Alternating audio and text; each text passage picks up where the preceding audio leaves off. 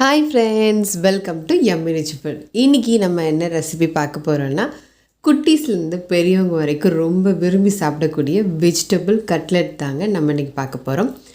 Especially கிட்ஸ்க்கு வந்து ரொம்ப ரொம்ப பிடிச்ச ரெசிபி. நல்லா சாஸோடு தொட்டு சாப்பிட்றப்ப செம்ம டேஸ்ட்டாக இருக்கும், அட்டகாசமாக இருக்கும். கிட்ஸ் வந்து ரொம்ப விரும்பி சாப்பிடுவாங்க இதை. இதில் வந்து கேரட், உருளைக்கிழங்கு, பச்சை பட்டாணி, பீன்ஸ் இதெல்லாம் சேர்த்துருக்கனால ரொம்ப ஹெல்த்தியும் கூட உடம்புக்கு. இது எப்படி பண்ணலாம் அப்படிங்கிறத நம்ம இந்த வீடியோவில் ஃபுல்லாக பார்க்கலாம்.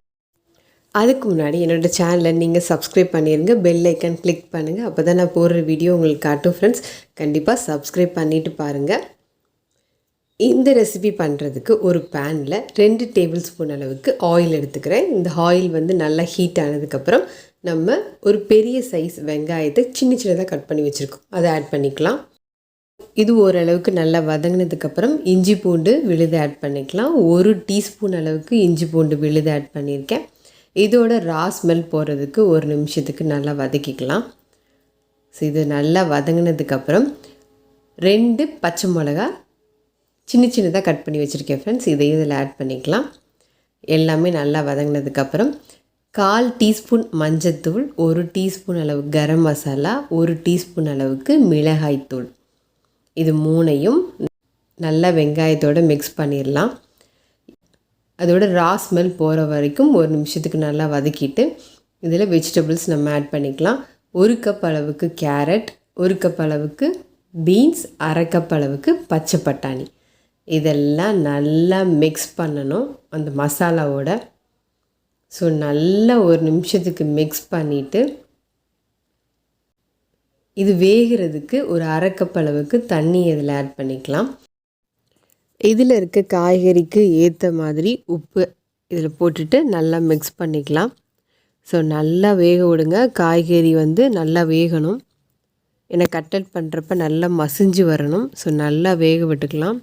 தண்ணி ஊற்றி நல்லா உப்பு போட்டு மூடி போட்டு ஒரு 10 நிமிஷத்துக்கு ஸ்லோ ஃப்ளேம்லேயே வச்சு வேக வச்சுக்கலாம்.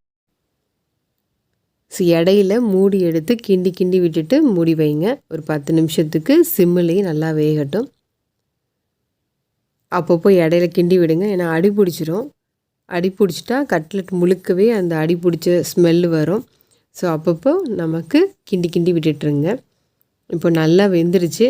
இதோட 2 உருளைக்கிழங்கை நான் மசிச்சு எடுத்திருக்கேன். எந்த அளவுக்கு மசிக்க முடியுமோ அந்த அளவுக்கு மசிச்சு எடுத்திருக்கேன். ஸோ இந்த உருளைக்கிழங்கையும் இந்த வெஜிடபிள்ஸோடு மிக்ஸ் பண்ணிக்கலாம். உருளைக்கிழங்கை நல்லா வந்து கிளறி விடுங்க. அந்த மசாலா, வெஜிடபிள்ஸ், அப்புறம் உருளைக்கிழங்கு எல்லாமே மிங்கிள் ஆகணும். நல்லா வந்து கிளறுங்க. உங்களுக்கு இப்போ உப்பு பத்தலை அப்படின்னா இந்த ஸ்டேஜில் நீங்கள் உப்பு ஆட் பண்ணிக்கலாம். உங்களுக்கு தேவைக்கு தக்கன உப்பு ஆட் பண்ணிக்கோங்க. ஒரு 5 நிமிஷத்துக்கு மூடி போட்டு மூடி வச்சுருவாங்க. 5 நிமிஷத்துக்கு அப்புறம் ஓப்பன் பண்ணினோம்னா நமக்கு கட்லெட் செய்கிறதுக்கு மசாலா ரெடி ஆகிடுச்சு. தண்ணி ஈரப்பதம் இருக்கக்கூடாது, ரொம்ப முக்கியமாக. அப்போ தட்ட முடியாது கட்லெட்லாம். ஈரப்பதம் இல்லாமல் நல்லா கெட்டியாக இருக்கணும். ரொம்ப கெட்டியாக இருக்கிறதுக்கு தான் நம்ம உருளைக்கிழங்கு ஆட் பண்ணுறோம். ஃபைனலாக கொத்தமல்லி கொஞ்சம் தூவிக்கலாம். ஸோ நல்லா கிளறி விட்டதுக்கப்புறம் ஒரு ஸ்மாஷர் எடுத்து நம்ம ஸ்மாஷ் பண்ணிக்கலாம். ஏன்னா கொஞ்சம் காய்கறி திப்பி திப்பியாக இருக்கிறப்ப உருட்ட வராது. ஸோ நல்லா வந்து மசிச்சுக்கலாம். உங்களுக்கு இந்த மாதிரி ஸ்மாஷர் இல்லை அப்படின்னா டம்ளரோட பாட்டம் ஏதாவது எடுத்தாவது நல்லா மசிச்சுக்கோங்க. எல்லாமே ஒரு உருண்டை பிடிக்கிற அளவுக்கு நமக்கு வர்ற அளவுக்கு நல்லா காய்கறிகள்லாம் மசிச்சு விட்டுக்கலாம். இப்போது கட்லெட் பண்ணுறதுக்கு நமக்கு மசாலா ரெடி ஆகிடுச்சு. இதை கம்ப்ளீட்டாக ஆற வச்சுட்டு ஒரு பவுலில் ட்ரான்ஸ்ஃபர் பண்ணிக்கலாம் ஃப்ரெண்ட்ஸ். மசாலாவை நம்ம ஒரு பவுலில் மாற்றியாச்சு. நெக்ஸ்ட் என்ன, ஃப்ரை பண்ணுறதாங்க. அதுக்கு தேவையான ப்ரொசீஜரை ரெடி பண்ணிக்கலாம்.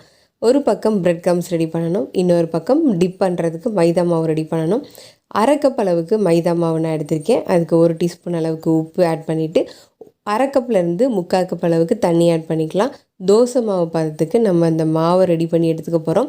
ஏன்னா ரொம்ப கெட்டியாகவும் இருக்கக்கூடாது, ரொம்ப தண்ணியாகவும் இருக்கக்கூடாது. தோசை மாவு பதத்துக்கு தான் டிப் பண்ணி எடுத்து பிரெட் க்ரம்ஸில் போடுறதுக்கு கரெக்டாக இருக்கும். ஸோ இந்த மாதிரி பதத்தில் இருக்கணும் மாவு.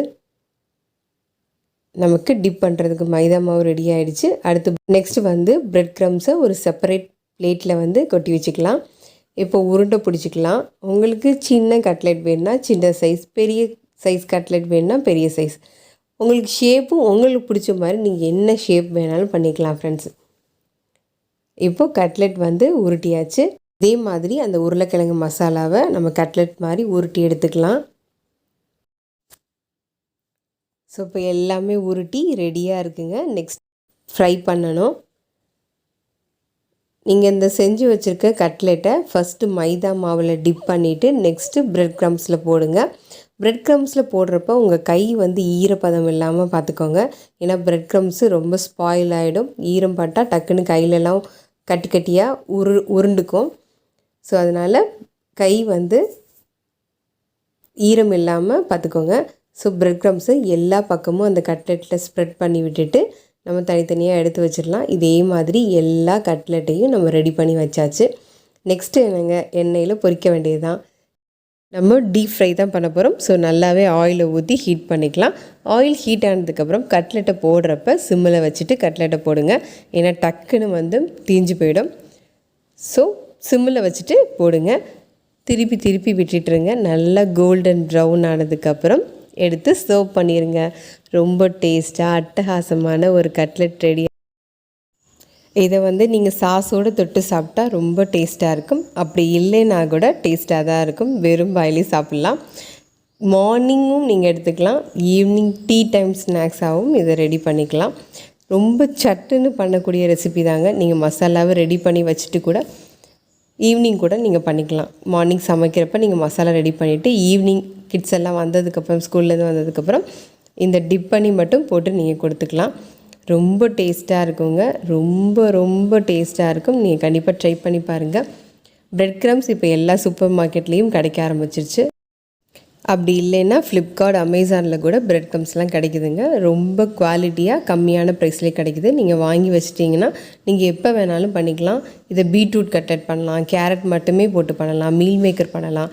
நம்ம என்ன வேணாலும் வித்தியாசமாக பண்ணிக்கலாம் ஃப்ரெண்ட்ஸ். என்னோடய சேனலை நீங்கள் சப்ஸ்கிரைப் பண்ணிவிட்டு பாருங்கள் ஃப்ரெண்ட்ஸ்.